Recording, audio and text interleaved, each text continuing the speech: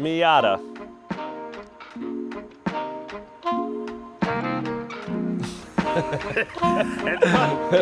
We're good.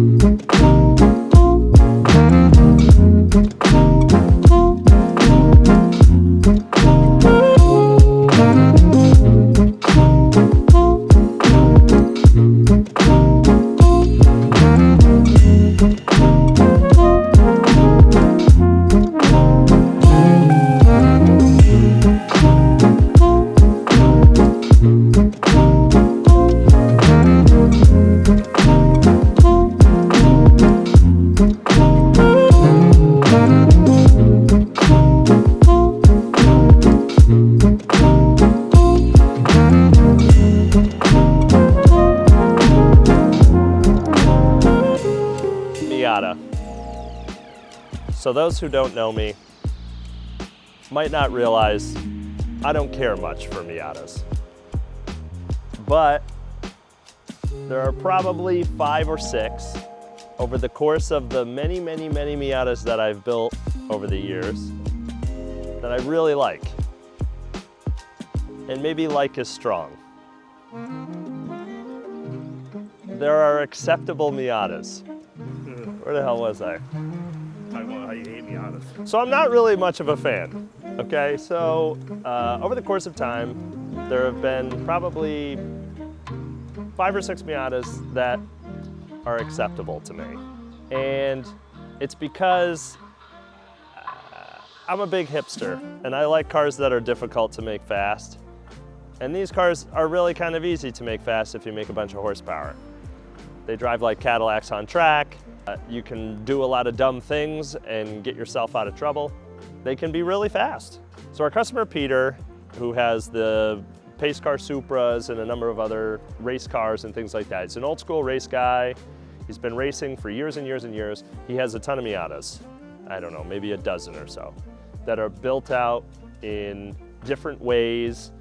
Quite a few of them are the F-Prod or F-Production style build where you're allowed to cut the windshield off and remove the windshield.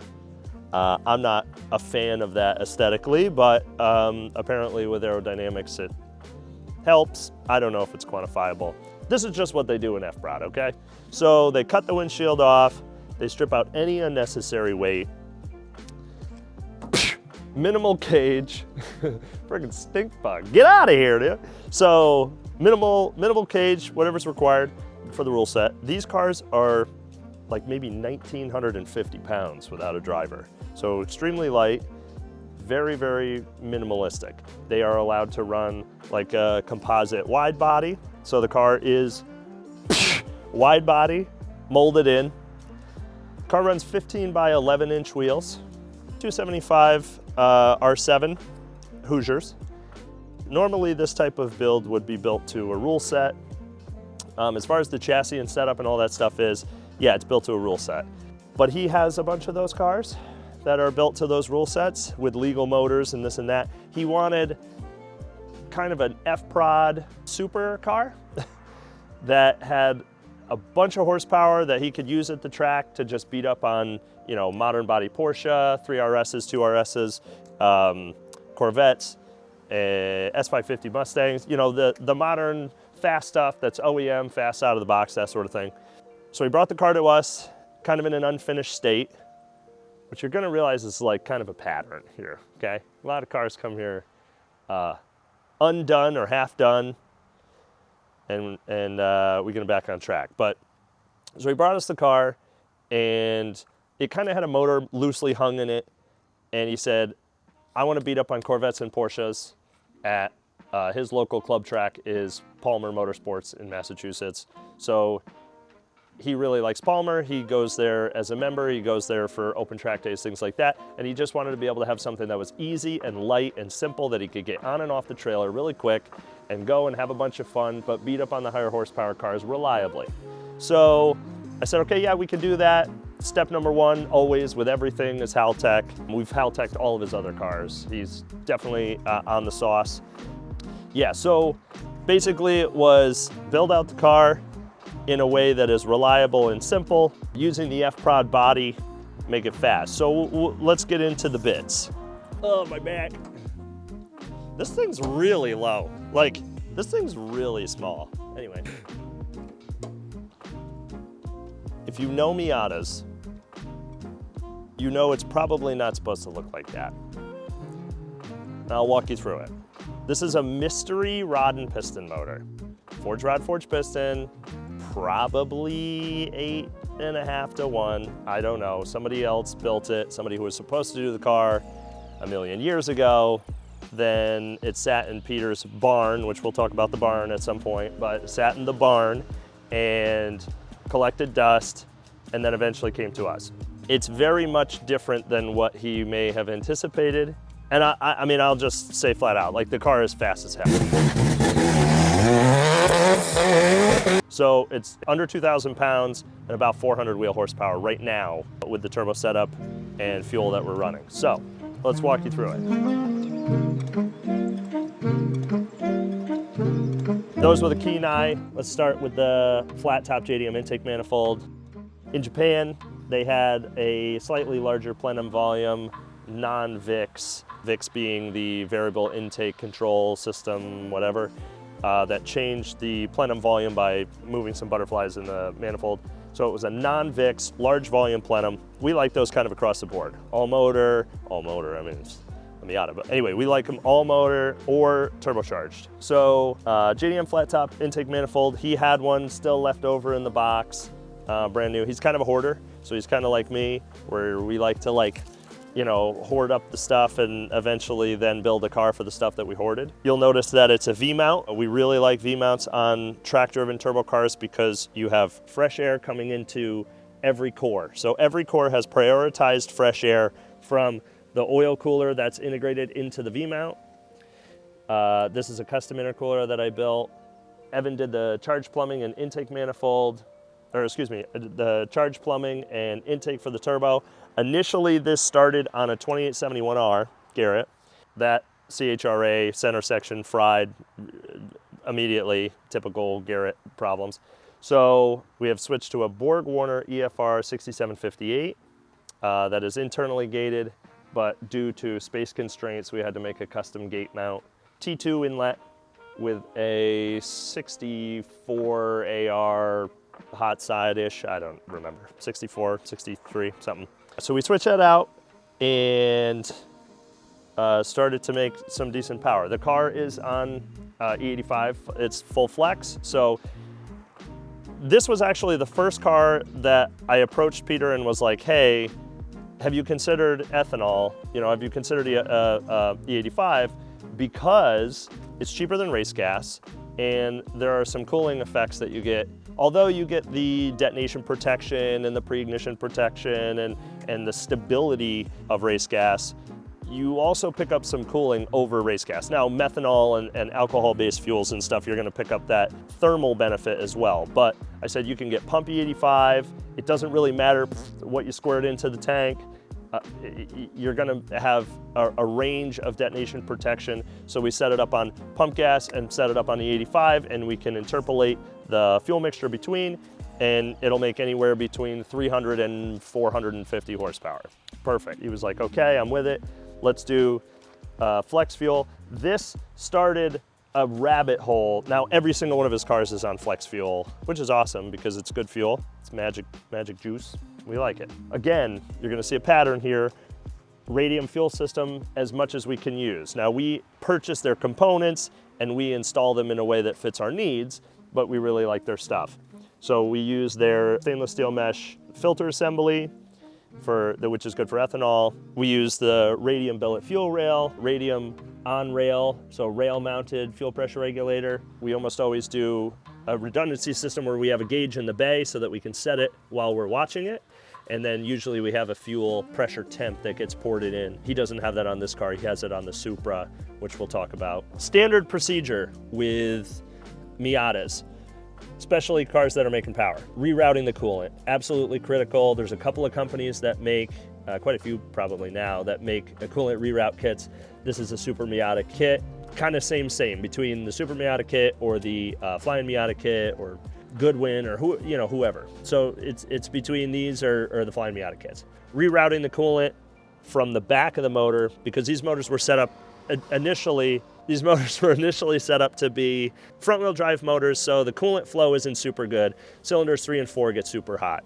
So what we like to do is we reroute, and then we cut and weld a plug into the upper water neck in the front. Makes like a nice smooth looking front of the motor, clears up a bunch of space by not having the big thermostat thing here. That made it possible for the V-mount. Custom water neck, because we don't have a heater core, so there was no need to run the water pipe to the back, so we just do a custom water neck. Now the radiator started life, it's hard to see, so you're just gonna have to use your imagination. Enter SpongeBob imagination clip. So you'll have to use your imagination. The radiator is out of an FD originally, so it's just a standard Mishimoto from an FD that we flipped upside down and converted into a V-mount setup. Did custom outlet, custom inlet, and it works fantastically. We like to do our V-mount stuff, if we have the real estate to do so, we like to do a globe style system. You might recognize globe style from like a lot of the European cars. Basically, this is a centralized bleeding area. Not really so much a swirl pot, but just having like a pressure globe. So this part of the system is still pressurized. It has a varying level of coolant depending on, the thermal expansion and the speed of the motor and whatever. But by doing it like this and venting it to a high point, you don't run into the issues that some people run into with V-mounts, where you have airlock at the top of the radiator. The coil packs are 1ZZ. That's just a standard 1ZZ smart coil. They fit in these motors pretty well, super common. Everything is custom wired on an Elite 750. He has another Miata that runs a Haltech Elite 1500. We may eventually switch to that, with this car, depending on what we need, or drive-by-wire or whatever. These are the HD clamps. They don't require tools to remove. We really like these because it's easy to service and work on the car. You can pull the intercooler up off of this thing really quick if you need to service it. So for data, we usually handle it with an AIM. If a person needs to have lap time data, we'll do it with an AIM. Otherwise, for a street car or something that we want turn signals on, or that integrates well, or they want to have auto dimming backlighting and that sort of thing, we'll run an IC7. On this car, most race cars and most of his cars, we have MXLs or some version of AIM, whether it be MXG, MXS, whatever. So simple electronics package, Elite 750, CAN Lambda wideband 1 from Haltech, and a Haltech fuse box. But that's it. This is all of the electronics of the whole car, with the exception of a few things that go into the AIM. There's very little OEM bits left. There's very little OEM wires left. So yeah, otherwise, you'll see this in the background. You'll also see another one that looks a lot like this, but it'll be a flip-up light car. That's an NA body style. It's a 1.6 liter built to F-Prod spec. So at some point, if you guys are interested in that and you want to see that, then we can do a quick, brief rundown on that as well. That's also full Haltech, custom wiring, custom fuel system, custom blah, blah, blah.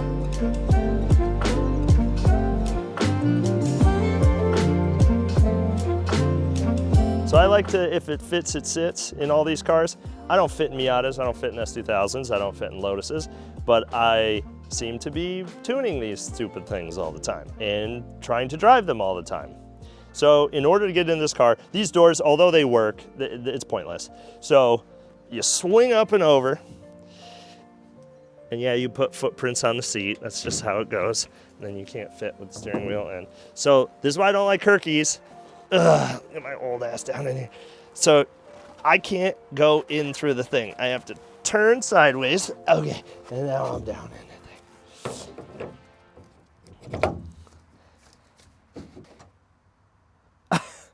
Comfy. And that's it. Let's fire this bad boy up. Hey, she's dead. All right. Well, that was anticlimactic.